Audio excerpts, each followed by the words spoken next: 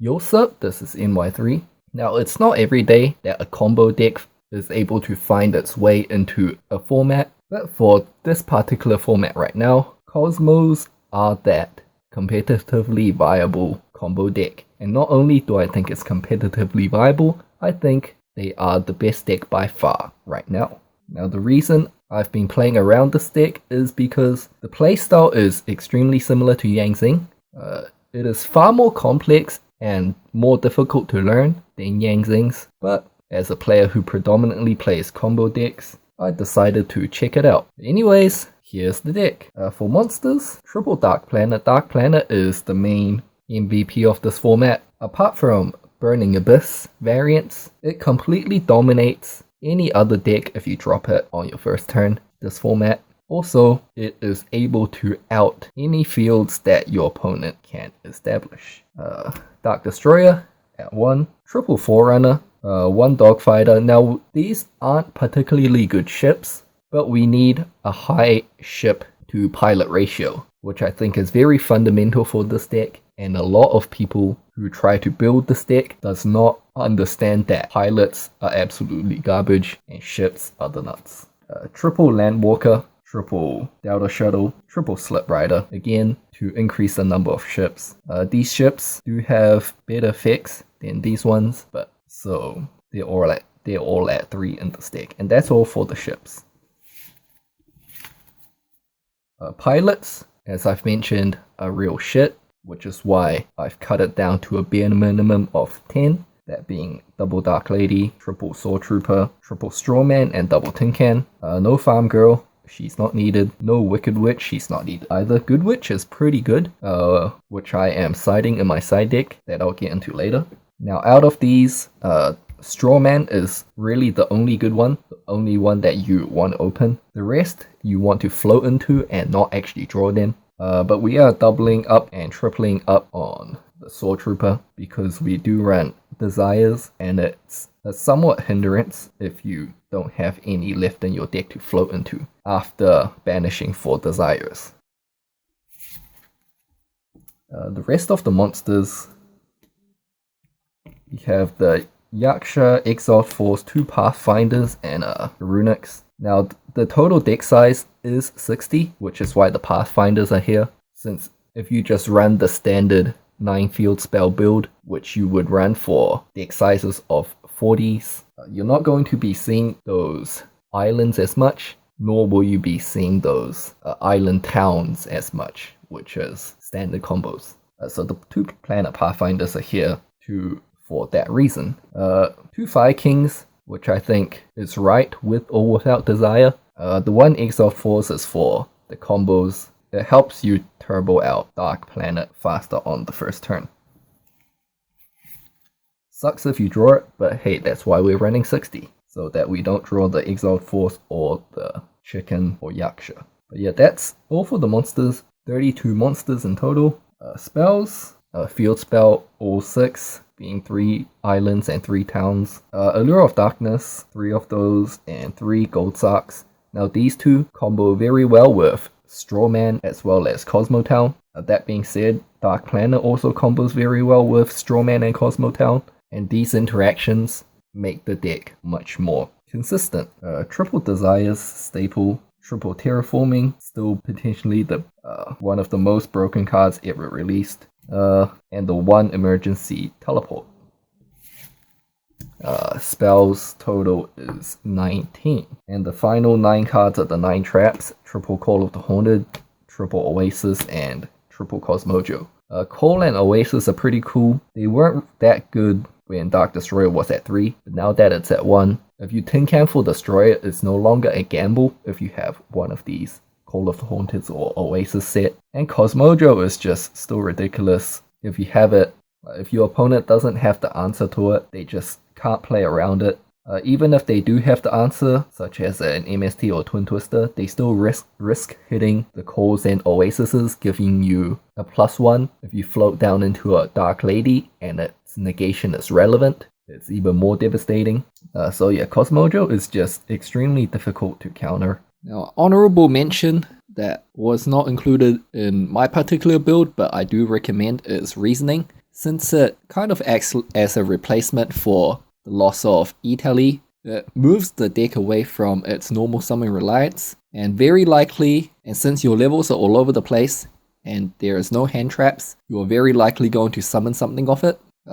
If your opponent does know the deck, however, you are running 8 out of 32 level 5s, so if they call 5, they do have a quarter chance of getting it right. A lot of people in my area knows my list, which is the main reason I am not including it right now, but it's definitely a very strong option.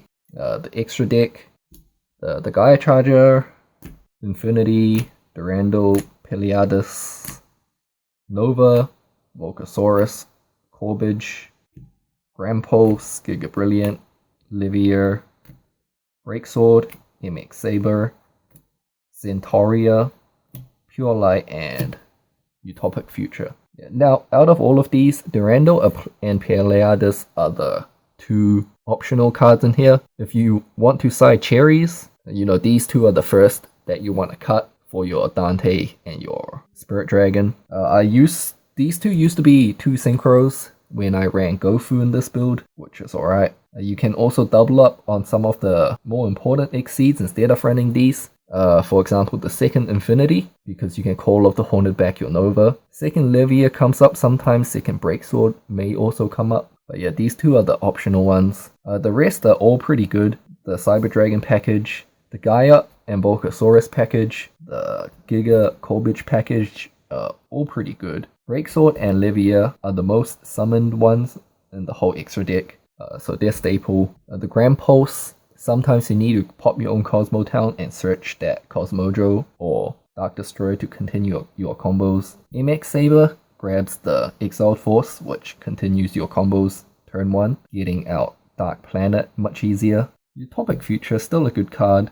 Pure Light, part of a lot of combos, especially grabbing back Planet, so you can banish Planet for Planet, which is the most cost-efficient way to summon Planet. Sky Cavalry, I did cut this for a while, but I put it back in because it's such a good out to the Blue Eyes' 3k defenses. The other good out is Giga Brilliant, pumping your Forerunner up to 3-1. But yeah, that's the extra deck. Now, the side deck, I'm currently siding Good Witch, Fossil Dyna, 2 Radiants, Soul Absorption, Forbidden Chalice, triple MST, triple Breakthrough, triple Decree.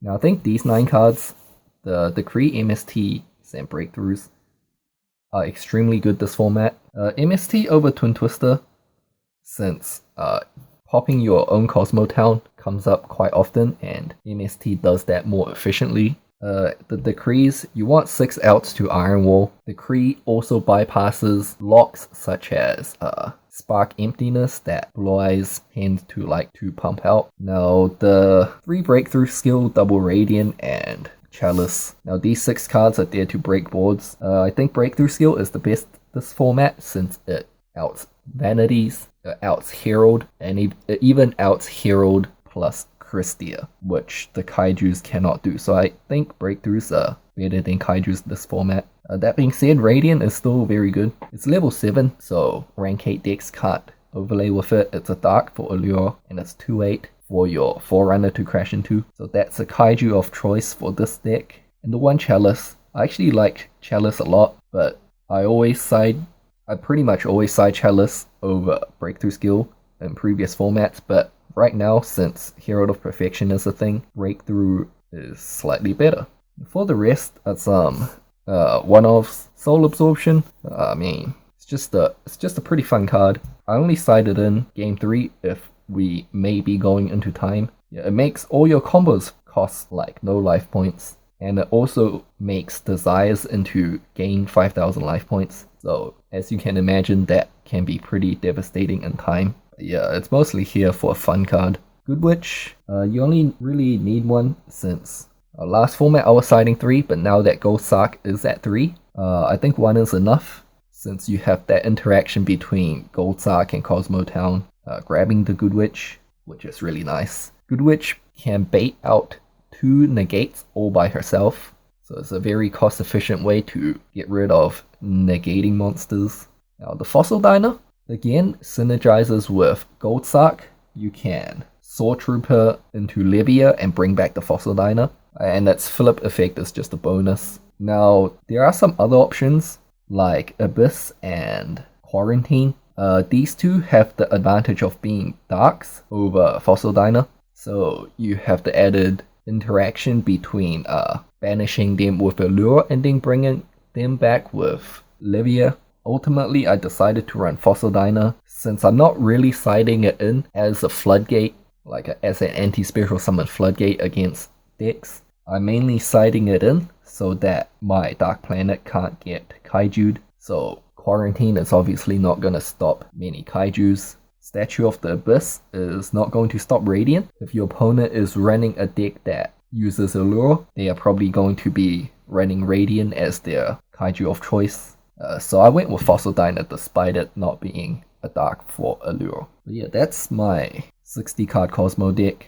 As for the main deck total, I do believe that the optimal number for Kozmos is between about 55 to 65. I'm not sure where, but around that range. Obviously, we cannot run over 60, so which is why I went with 60. Gofu, I did test out, was pretty interesting. I ended up cutting it and concluded that it would only work in builds close to 40 cards, since it's pretty useless if you don't open a field spell, or more specifically island. So yeah, in higher deck counts, it's not really worth it. But being able to Omega back a face down banished, your only face down banished copy of Dark Destroyer into the grave and then Call of the Haunting it back was quite a strong play. But yeah, it was pretty inconsistent. But yeah, overall, this deck is very consistent. Kozmo are a very underestimated deck right now, and I think that's hugely attributed to the fact that people don't understand what the correct ratios should be. But yeah, these are my ratios. You can try it out for yourself and see just how much more consistent it is than the standard builds.